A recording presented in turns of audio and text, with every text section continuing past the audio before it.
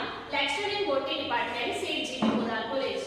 हम सब नेचर से प्यार करते हैं, हर कोई अपने घर पर प्लांट लगाना चाहता है, तो क्यों ना हम इजी तरीके से किसी भी कटिंग पार्ट से प्लांट लगाना सीखें। मे बी आज की क्लास आप सबके लिए इंटरेस्टिंग होने वाली है।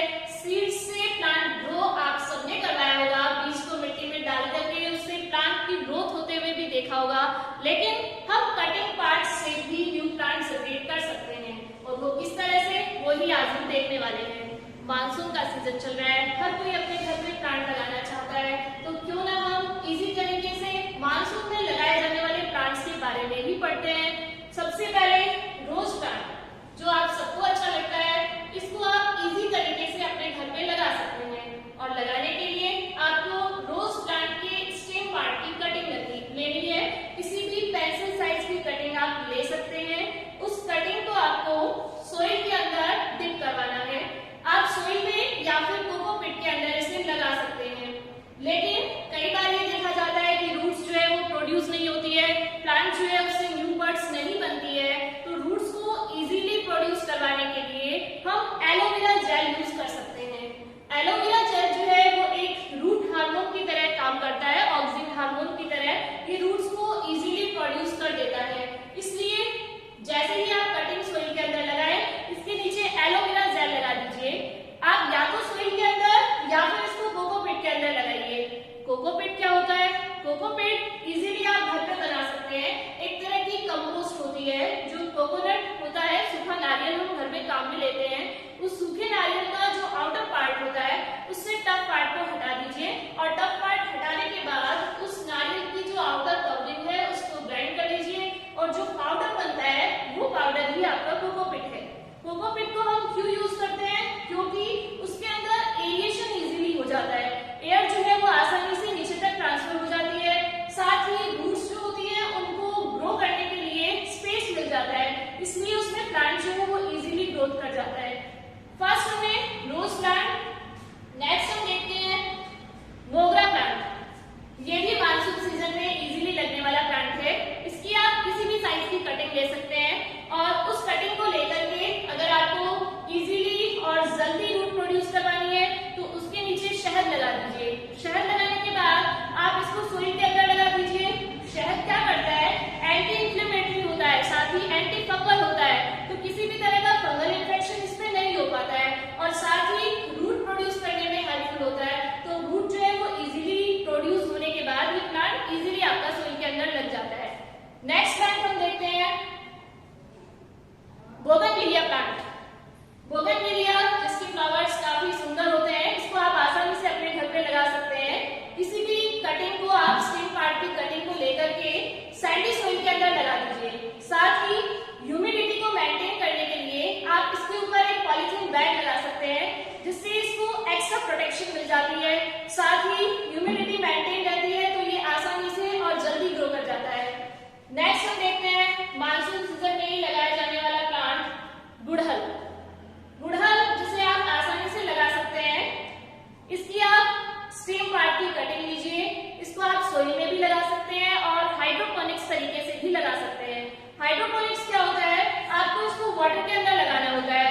लगाने के लिए करना क्या होता है? इसके स्टेम पार्ट को आप ब्लेड से या फिर नाइफ की हेल्प से कट कर दीजिए, और इसके बार्क पार्ट के साथ स्टेम पार्ट भी ले लीजिए।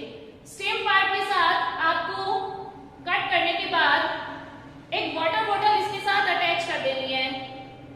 इस पार्ट को आपको वाटर बॉटल के अंदर डिप कर देना है, और वाटर बॉटल के अंदर जैसे ही पानी से इसको न्यूट्रिशन मिलता रहेगा, कुछ टाइम पीरियड बाद इससे एरियल रूट्स निकलना स्टार्ट हो जाएंगी, और जैसे ही रूट्स निकल जाएंगी आप इस पार्ट को हटा करके सोइल के अंदर लगा सकते हैं। वहां पर ये आसानी से ग्रो कर जाता है। तो डायरेक्ट आप सोइल में भी इसको लगा सकते हैं, और हाइड्रोपोनिक तरीके से वाटर के अंदर भी इसको आप लगा सकते हैं। नेक्स्ट हम देखते हैं नागचंपा। नागचंपा जो होता है ये भी मानसून सीजन के अंदर इजीली लग जाता है, लेकिन लगाने से पहले आपको कुछ ध्यान रखना पड़ेगा। जैसे इसका जो बेस पार्ट होता है, जिस भी स्टेम पार्ट की कटिंग आपने ली है, उस बेस पार्ट को प्रोटेक्ट करने के लिए आपको 1-2 दिन के लिए इसको ड्राई करना होगा, क्योंकि यहाँ पर फंगल इन्फेक्शन काफी जल्दी होता है। इसलिए फंगल इन्फेक्शन को रोकने के लिए आप इसको 1-2 दिन के लिए ड्राई करिए। साथ ही इसका जो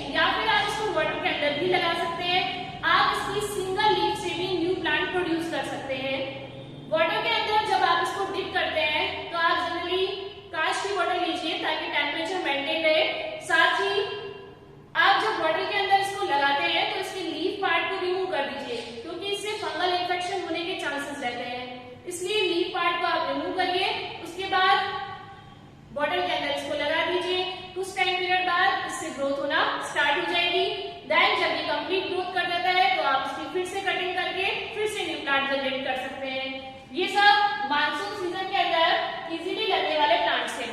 इन प्लांट्स को आपने लगा तो लिया, लेकिन ये ऑक्सीजन देने के अलावा और भी कई सारे बेनिफिट्स देते हैं। तो आइए हम जानते हैं बेनिफिट्स के बारे में। सबसे पहले रोज प्लांट, जिसका बॉटनिकल नेम होता है रोजा इंडिका, रोजेसी फैमिली का प्लांट होता है। इसके यूजेस हम अगर देखें तो जितनी भी माउथ डिजीज होती है, यानी अगर आपको पायरियड डिजीज हो रखी है या किसी भी तरह की स्वेलिंग है, तो उसके लिए आप रोज फ्लावर की जो लीव्स होती है उसको काम में ले सकते हैं।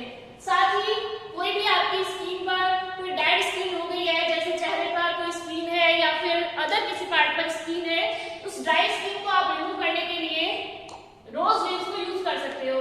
रोज फ्लावर की जो लीव्स होती है वो विटामिन सी, के एंड बी रिच होती है। इसके अलावा आपने बहुत बार ब्यूटी प्रोडक्ट्स में पढ़ा है गुलाब जल काम में लिया जाता है। ये सारे इसलिए क्योंकि इनके अंदर विटामिन रिच होता है ये, और इसको यूज करने पर आप किसी भी तरह की ड्राई स्किन को हटा सकते हो। दूसरा प्लांट जो हमने देखा गुड़हल। ये जो गुड़हल है वो आपके हेयर्स के लिए काफी यूजफुल है।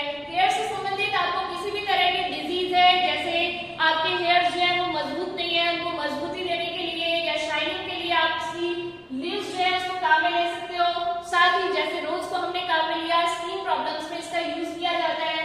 और इसकी चाय जो है वो काफी फेमस है। इसकी चाय जो है उसको काफी ज्यादा यूज किया जाता है। साथ ही ये डायबिटीज, हाई ब्लड प्रेशर, इनके अंदर भी दूर करने के लिए हम काम में लेते हैं। नेक्स्ट हम देखते हैं पेपर फ्लावर, बोगनविलिया, जो इजीली हमारे घर में लग जाता है। निक्टाजिनेसी फैमिली का प्लांट है।